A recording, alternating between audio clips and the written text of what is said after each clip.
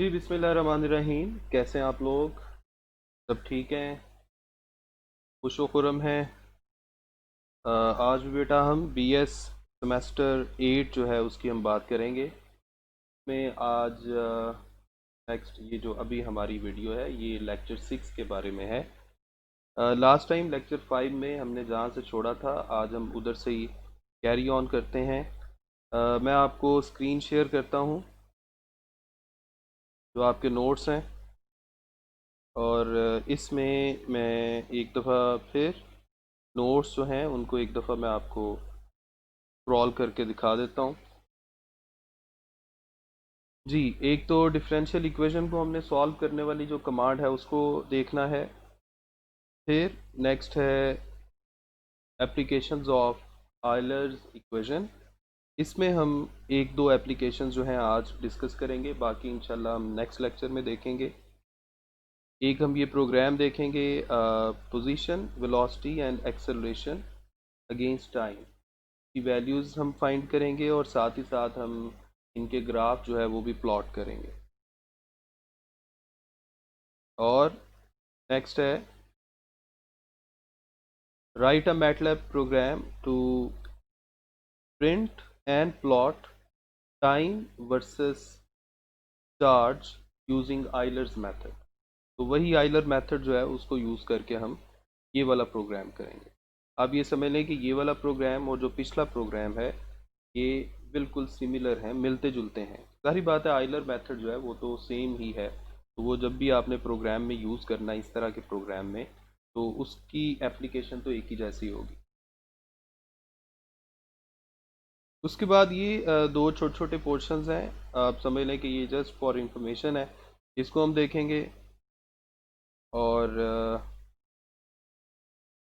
जी, इस वीडियो में हम इंशाल्लाह यहाँ तक ही रहेंगे। मैं असल में चाह रहा हूँ कि वीडियोस जो हैं वो शॉर्ट बनाऊँ, ताकि आप माशाल्लाह बड़े बिज़ी रहते हैं, आप लोग थोड़ा टाइम निकाल के वीडियो देख लें। तो चलें, वैसे पिछले दिनों तो मैं काफ़ी बिज़ी था, आप भी सोच रहे होंगे कि सर तो खुद बिज़ी थे और हमें बिज़ी कह रहे हैं। तो लेकिन इंशाल्लाह अब हम कंसिस्टेंटली जो वीडियोस हैं इनको हम देखते रहेंगे। और बड़ी इम्पोर्टेंट बात, मैं इंशाल्लाह एक या दो दिनों में आपको मैं बताऊंगा कि आपने ये जो पिछली जो 4-5 वीडियोस हैं इनको बहुत अच्छे से देखना है। जैसे ही आपके मिड जो हैं ये ख़त्म होते हैं, तो फिर इंशाल्लाह इन वीडियोस को आपने देख के फिर मुझे बताना है कि आपको अगर इनमें कोई प्रॉब्लम है, तो फिर हम एक या दो दिन, जितने दिन भी, हम लाइव लेक्चर जो हैं वो उसमें रखेंगे, ताकि हम आपस में वो डिस्कस करके उन प्रॉब्लम्स को ओवरकम कर सकें। तो चलें जी, अब हम चलते हैं अपनी विंडो की तरफ।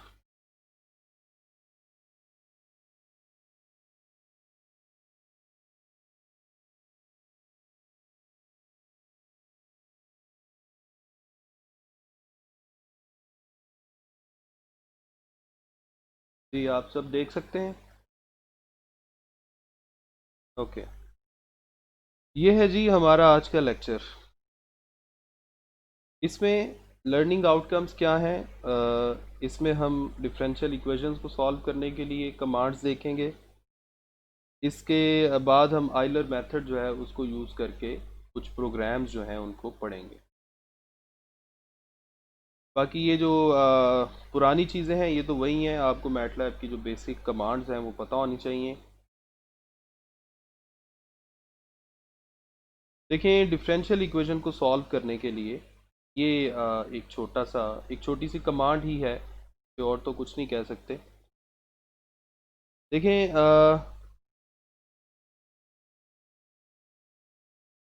ये मैंने अभी थोड़ी देर पहले आपको बताया था कि सिंपल सॉल्व लिखा हो और ब्रैकेट के अंदर काफ़ी सारी इक्वेशंस हो और दरमियान में कॉमा हो, तो वो सिंपल इक्वेशन जो अलजेब्रिक एक्सप्रेशन है उनको सॉल्व करता है। लेकिन अगर सॉल्व के पीछे डी लिख दें, डी सॉल्व, इसका मतलब है कि ये डिफरेंशियल इक्वेशंस को सॉल्व करेगा। तो इसलिए अगर डिफरेंशियल इक्वेशन को आपने सॉल्व करवाना है तो फिर आपने पीछे डी ज़रूर लिखना है। अच्छा, अगर सिंगल डेरिवेटिव है तो उसको लैंग्वेज या एडिटर में लिखने के लिए हम कैपिटल डी वाई लिखेंगे, और अगर डबल डेरिवेटिव है तो फिर हम डी टू वाई लिखेंगे। यानी इस तरह डी फिर टू फिर वाई, इसका मतलब क्या होगा कि हम डबल डेरिवेटिव की बात कर रहे हैं। तो एक छोटी सी एग्जांपल है, solve differential equation with initial boundary conditions also plot the graph. तो ये है जी, एक एग्जांपल के तौर पे उसने डिफरेंशियल इक्वेशन जो है वो कंसीडर की हुई है। ये है सिंगल डेरिवेटिव, ये है प्लस, ये है 10 multiplied by Y is equal to 10 plus 4 multiplied by sine, और ब्रैकेट के अंदर जो एंगल है दैट इज 4t, और आगे बाउंड्री कंडीशन भी लिखी गई है। तो आपने ऐसे ही कमांड यूज़ करनी है, y is equal to dsolve, आगे ब्रैकेट के अंदर इन्वर्टेड कॉमा में डिफरेंशियल इक्वेशन लिखनी है, फिर ये नीचे कॉमा लगा के, और फिर इन्वर्टेड कॉमा में बाउंड्री कंडीशन लिखनी है और ब्रैकेट बंद। फिर आगे चल के आप जब ये कमांड यूज़ कर लेंगे और उसके बाद अगर आप लिखेंगे प्रिटी वाई, तो वो y की जो भी वैल्यूज़ आएंगी उनको प्रिटी फॉर्म में लिख देगा। तो आगे आप ये भी देख रहे हैं इजी प्लॉट। फिर वो इजी आई मीन आपने अगर प्लॉटिंग करनी है तो प्लॉटिंग के लिए जो y की वैल्यू आएगी उसको अगर आप ग्राफ की फॉर्म में ड्रॉ करना चाहते हैं तो फिर आप ज़ाहिर बात है उसकी वैल्यूज़ इस तरह ले सकते हैं। आगे इस तरह एक्सिस को मेंशन कर दिया गया है। एक्सिस मतलब जो एक्स और वाई एक्सिस पे जो कोऑर्डिनेट्स हैं, जो उनकी वैल्यूज़ हमने कंसिडर करनी है, इसको आगे चल के मैं आपको बताता हूँ कि इसका मतलब क्या है। जैसे यहाँ पर एक छोटी सी एग्जांपल आप देख रहे हैं इजी प्लॉट की, जो अभी थोड़ी देर पहले मैंने आपको बताई। इजी प्लॉट ब्रैकेट के अंदर ये वाई, वो जो जिसे हमने प्रिटी फॉर्म में लिखा था, फिर कॉमा, और फिर आगे उसकी रेंज। अगर रेंज इस तरह लिखी होगी ना, 0 और 5, इसका मतलब है ये जो 0 है ये इनिशियल वैल्यू को जाहिर कर रहा है, और 5 जो है ये फाइनल वैल्यू को जाहिर कर रहा है। दो ही वैल्यूज़ आपने लिखी हैं, इनिशियल और फाइनल। तो वो 0 से लेके 5 तक पूरी रेंज जो है वो खुद ही डेवलप कर लेगा। लेकिन अगर आप इजी प्लॉट y और फिर आप इस तरह लिखेंगे एक्सिस, और फिर छोटी ब्रैकेट्स और फिर स्क्वायर ब्रैकेट्स, और उसके अंदर आपने ये चार जो नंबर्स हैं फर्ज करें ये मेंशन कर दी हैं, तो जो नंबर्स हैं फर्स्ट टू नंबर्स हैं या डिजिट्स हैं, ये एक्स एक्सिस पे इनिशियल और फाइनल वैल्यू को जाहिर कर रहे हैं। यानी आपका जो ग्राफ बनेगा वो एक्स एक्सिस पे इन दो एक्स कोऑर्डिनेट्स के दरमियान में बने, यानी वो ओरिजिन से स्टार्ट नहीं होगा। ठीक है। इसी तरह वाई जो थर्ड और फोर्थ नंबर आपको नज़र आ रहा है 0 और 2, ये वाई का फर्स्ट कोऑर्डिनेट और वाई का सेकंड यानी फाइनल कोऑर्डिनेट। इसका मतलब है ग्राफ का जो जो भी पोर्शन होगा वो वाई एक्सिस पर इन दो कोऑर्डिनेट्स के दरमियान बनेगा।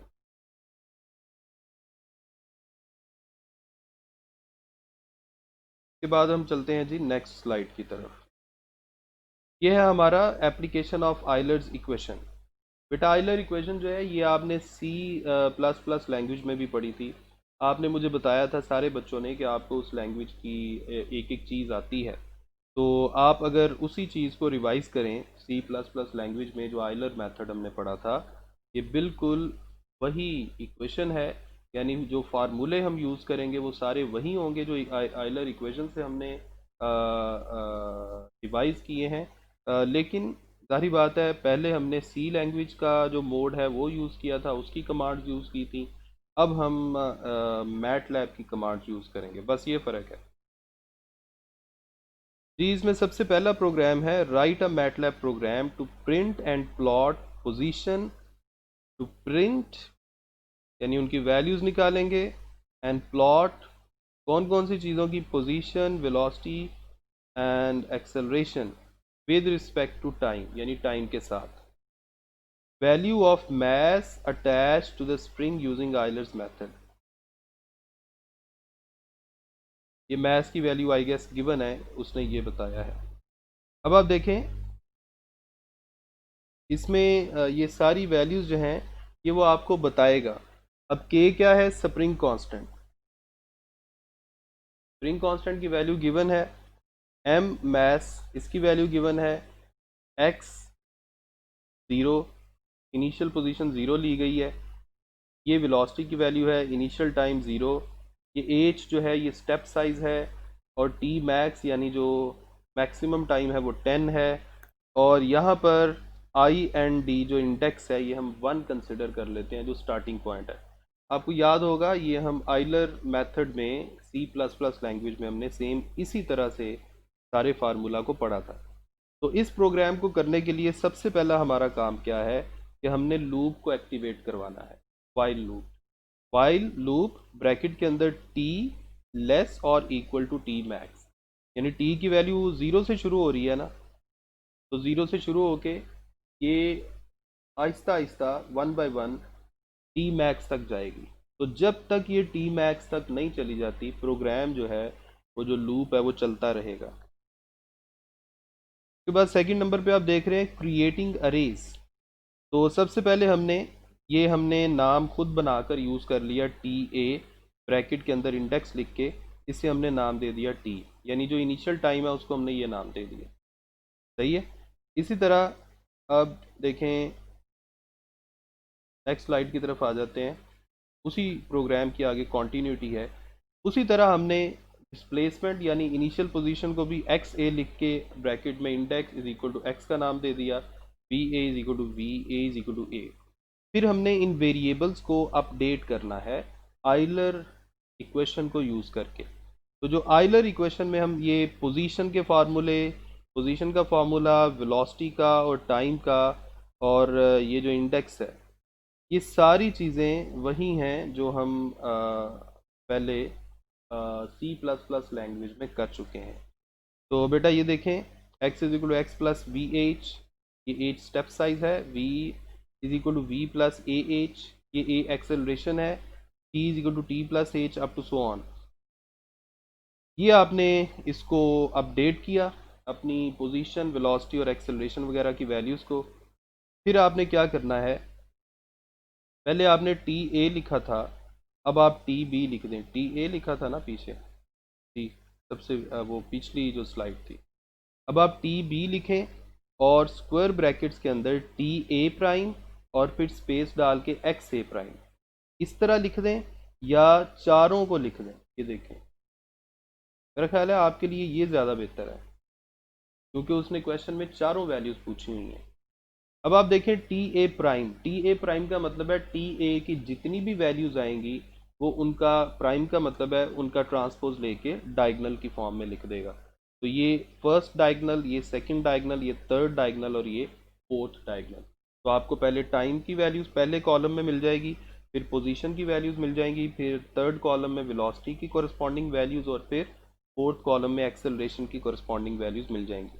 अब वो डिस्प्ले क्या करेगा, डिस्प्ले लिख के अब आपने क्या करना है, ब्रैकेट के अंदर इन्वर्टेड कॉमा के अंदर आप लिखेंगे, ठीक क्या हो गया, ब्रैकेट के अंदर आप इन्वर्टेड कॉमा में लिखेंगे टी, फिर थोड़ी स्पेस डालें, जितनी स्पेस आपने यहाँ डालनी है उतनी ही यहाँ डालें, क्योंकि वो ऊपर नीचे कॉलम आप चाह रहे हैं कि डिस्प्ले हों, यानी ऊपर हेडिंग आएगी टी की और टी के नीचे टी ए प्राइम पूरा कॉलम जो है वो प्रिंट हो जाएगा। फिर ऊपर हेडिंग आएगी एक्स की और एक्स के नीचे एक्स ए प्राइम का पूरा कॉलम स्टोर हो जाएगा। फिर वी और वी के नीचे वेलोसिटी की सारी वैल्यूज़, और ए के नीचे एक्सेलरेशन की सारी वैल्यूज़। ठीक हो गया। ओके। इसके बाद जो टी बी में आपने जो कुछ भी स्टोर किया है वो उसको यहाँ पर डिस्प्ले कर देगा, डिस्प्ले टी बी। ठीक है। ओके। अच्छा, ठीक हो गया। तो पहले वो डिस्प्ले करेगा टी, एक्स, बी और ए इस तरह। फिर वो डिस्प्ले करेगा टी बी में जो आपने स्टोर किया था, यानी यहाँ उसकी टाइम की वैल्यूज़, यहाँ पोजीशन की वैल्यूज़, यहाँ वेलोसिटी की वैल्यूज़ और उस एक्सेलरेशन के नीचे एक्सेलरेशन की वैल्यूज़। अच्छा, अब आपने प्रिंट कर ली। अब आपने उन सारी वैल्यूज़ जो हैं उनका प्लॉट लेना है, यानी उनका ग्राफ लेना है। अब यहाँ पर एक से ज़्यादा ग्राफ बन रहे हैं, इसलिए हम एक से ज़्यादा कलर्स यूज़ करेंगे। तो पहले आप देखें, प्लॉट टी ए बी ए, यानी टाइम का वेलोसिटी के साथ, तो ये हम मेजेंटा कलर में ले रहे हैं। स्मॉल एम यूज़ कर लिया। फिर टी ए, अच्छा सॉरी, वो ऊपर वाला भी आपने देखना है। टाइम का पोजीशन के साथ जो है ये ब्लू कलर में ले रहे हैं, जो वेलोसिटी के साथ है मेजेंटा कलर में ले रहे हैं, और जो एक्सेलरेशन के साथ है ये रेड कलर में ले रहे हैं। और लीजेंड, ये क्या है, ये ग्राफ्स को लेबल करता है। तो आपने तरतीब से जिन ग्राफ को आपने बनाया है, उसी तरतीब से आपने ये लीजेंड की कमांड यूज़ कर देनी है, और ये आपको पोजीशन, वेलोसिटी और एक्सेलरेशन जो है उनके ग्राफ के साथ प्रिंट कर देगा। ठीक है। ओके जी, इसके बाद है फॉर, बेटा ये डी एच ओ जो है, ये है जी डैम्प्ड हार्मोनिक ऑसिलेटर। अभी जो आपने किया है, एक सेकंड ज़रा, ये, हाँ जी, अभी जो आपने किया है ये था फ्री सिंपल हार्मोनिक ऑसिलेटर। लेकिन नेक्स्ट जो फार्मूला ये लिखा हुआ आपको नज़र आ रहा है, ये है डैम्प्ड हार्मोनिक ऑसिलेटर। आप जानते हैं कि डैम्प्ड हार्मोनिक ऑसिलेटर के लिए आपने सेमेस्टर 1 में मेरा ख्याल है डेरिवेशन की होगी, एलिमेंट नहीं, शायद हाँ सेमेस्टर 1 ही है, वेव्स एंड ऑसिलेशन वाला जो आपका पोर्शन है, उसमें आपने डैम्प्ड हार्मोनिक ऑसिलेटर किया होगा, जिसमें एक्सेलरेशन का ये फार्मूला था, और इसमें कांस्टेंट बी की ये वैल्यू थी। सही है। अब बी और ए जो है, यानी पहले हमने एक्सेलरेशन का कोई और फार्मूला यूज़ किया है, अब हम एक्सेलरेशन का ये वाला फार्मूला यूज़ करेंगे, और साथ बी की वैल्यू भी स्टोर कर देंगे पहले, कि बी की वैल्यू ये है। इसी तरह ये एक एब्रीविएशन लिखी हुई है एफ एच ओ, मेरा ख्याल है यहाँ पर एफ एच ओ से मुराद है फॉलिंग हार्मोनिक ऑसिलेटर, यानी आप एक ऐसे हार्मोनिक ऑसिलेटर की बात कर रहे हैं जो वर्टिकली सस्पेंडेड है, यानी स्प्रिंग मैथ सिस्टम है फ़र्ज़ करें, जिसको आपने वर्टिकली सस्पेंड किया हुआ है। तो जब आप स्प्रिंग मैथ सिस्टम की बात करते हैं, तो उस पर लगने वाली जो फोर्सेस हैं वो टोटल 3 हो जाती हैं, जो अगर आपने स्प्रिंग मैथ सिस्टम को हवा में रखा हुआ है। एक वेट, फोर्स ऑफ ग्रेविटी, एक स्प्रिंग फोर्स, और एक डैम्पिंग फोर्स। तो इसमें तीनों फोर्सेस का इफेक्ट आएगा। तो यहाँ पर जो एक्सेलरेशन है उसका फार्मूला ये हो जाएगा। अब इसमें कुछ चीज़ें जो हैं वो हो सकता है आपको ठीक से ना दिखाई दे रही हो। यहाँ पर W है, ये W की वैल्यू, V कांस्टेंट की वैल्यू 0.4, W की 0.3 स्टोर की गई है, और F नॉट एक सिंबल यूज़ किया जा रहा है जी 2। और इसी तरह एक्सेलरेशन का जो फार्मूला है आपके सामने वो है minus K asterisk X minus B asterisk V plus F naught asterisk cos, और ब्रैकेट के अंदर डब्ल्यू प्लस टी, और ब्रैकेट बंद, डिवाइडेड बाय मैस। तो ये है आपका एक्सेलरेशन का फॉर्मूला इस आइलर मेथड को यूज़ करते हुए। अब आप देखेंगे जो नेक्स्ट प्रोग्राम है, जो उसने बोला है जी कि दोबारा आपने वैल्यूज़ को प्रिंट करना है और प्लॉट करना है। यहाँ पर बात हो रही है टाइम वर्सेस चार्ज की। तो जैसा प्रोग्राम आपने पिछला किया है अभी अभी, इसका भी सेम वही प्रोग्राम है। मैं एक दफ़ा आपको ओवरव्यू इसका दे देता हूँ। यहाँ देखें, बात हो रही है आरसी सर्किट की। आपने इलेक्ट्रिसिटी मैग्नेटिज्म में आरसी सीरीज सर्किट पढ़े होंगे, जिसमें growth of charge, decay of charge, growth of current, decay of current, ये सारी बातें हमने पढ़ी थी। तो यहाँ पर हम बात कर रहे हैं ग्रोथ ऑफ चार्ज की, फ़र्ज़ करें।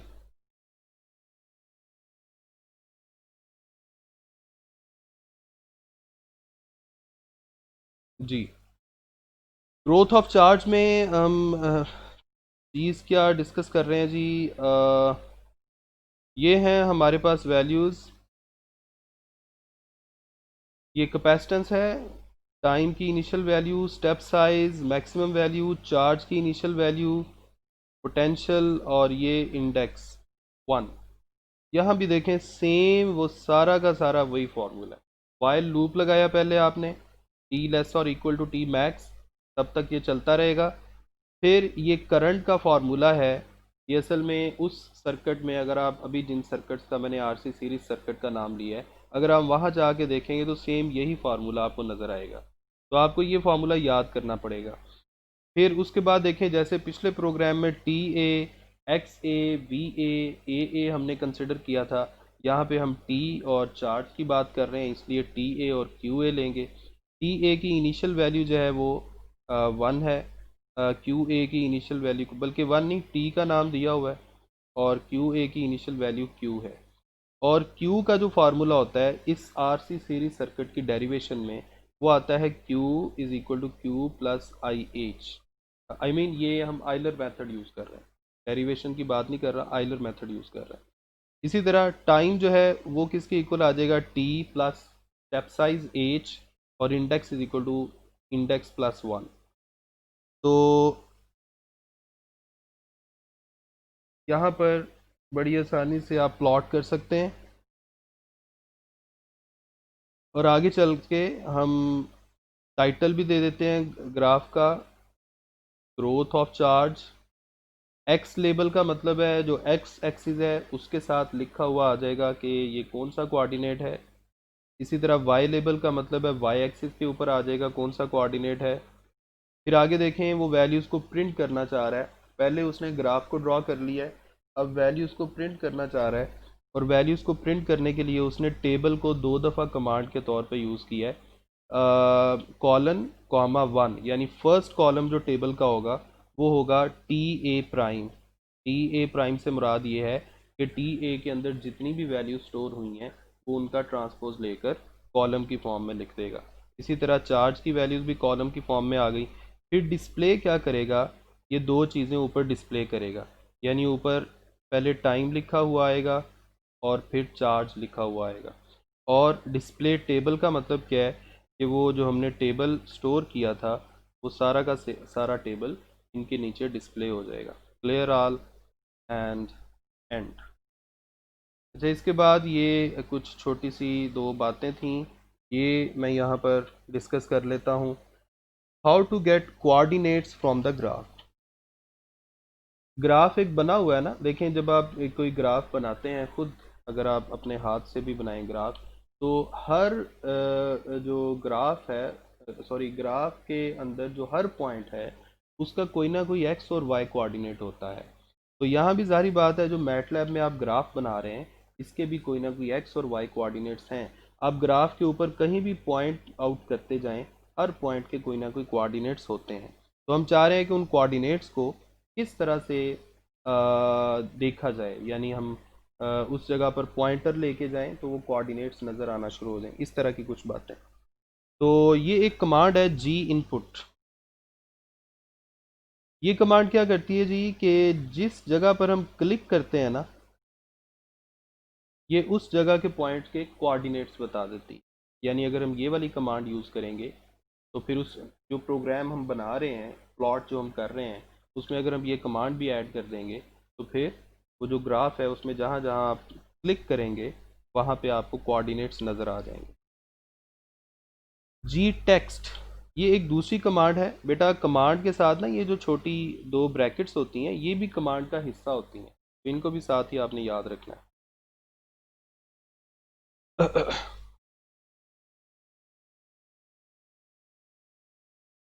अच्छा, इसमें ग्राफ के अंदर कुछ टेक्स्ट मैसेजेस जो हैं वो हम ऐड कर सकते हैं, वो उनको ये शो करेगा।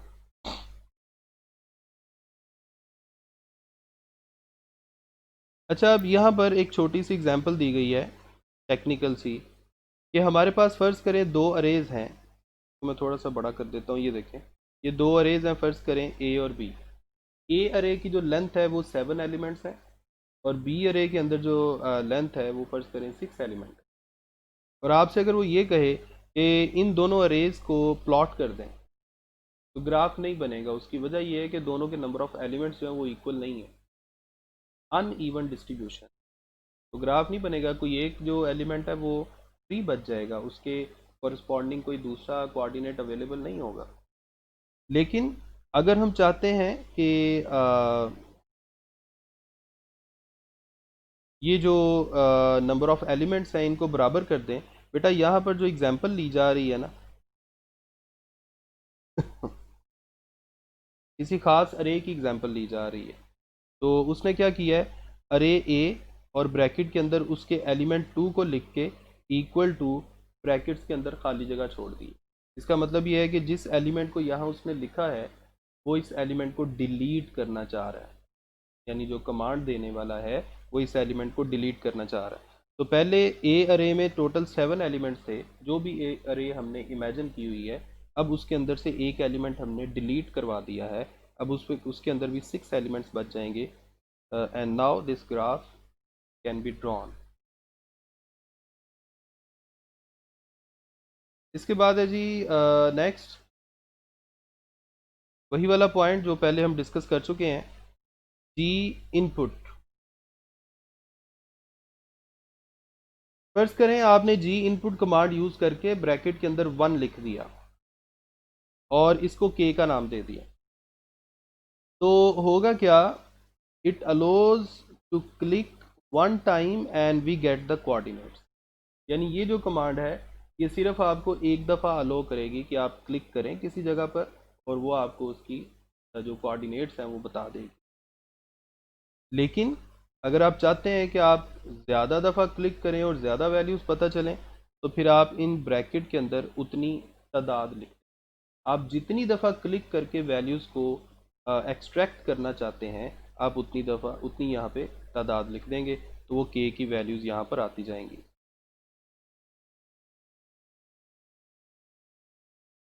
अच्छा, अब यहाँ पर एक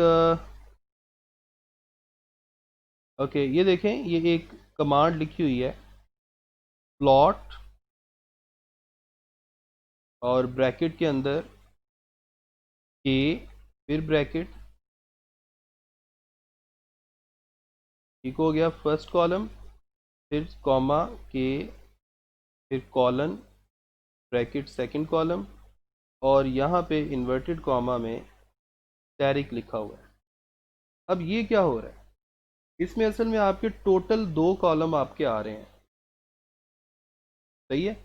तो ये क्या करेगा, उन दोनों कॉलम्स का दोबारा से ग्राफ बनाएगा, ठीक हो गया, दोबारा से ग्राफ बनाएगा, और आगे जो स्टैरिक आपने लिखा हुआ है, ये स्टैरिक क्या करेगा, जहां जहां आपने क्लिक किया था ये स्टैरिक उस जगह प्रिंट हो जाएगा।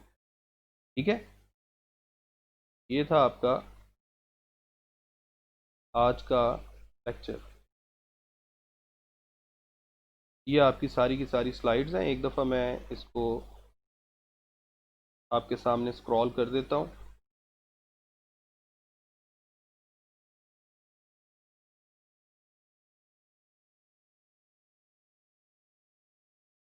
ठीक हो गया, ओके जी। अब हम आ चुके हैं वापस, और लेक्चर का टाइम हो चुका है ख़त्म, और मुझे उम्मीद है आपने ये सारा लेक्चर बड़े सब्र के साथ सुना होगा, और इसको आप नोट्स से तैयार भी ज़रूर करें, जो नोट्स आपके पास अवेलेबल हैं, और इन कमांड्स को रट्टा लगा लें। जो कुछ प्रोग्राम अभी हम साथ साथ कर रहे हैं, ये भी आपको ज़ाहिर बात है इन पे भी ग्रिप आपकी स्ट्रांग हो जाएगी, और साथ ही साथ जो हम आगे कुछ प्रोग्राम्स करेंगे उन पे भी ग्रिप स्ट्रांग होगी, और इंशाल्लाह हम जो पास पेपर्स करेंगे वो भी आप इजीली कर सकेंगे। ठीक है जी, नेक्स्ट वीडियो तक अल्लाह हाफिज़।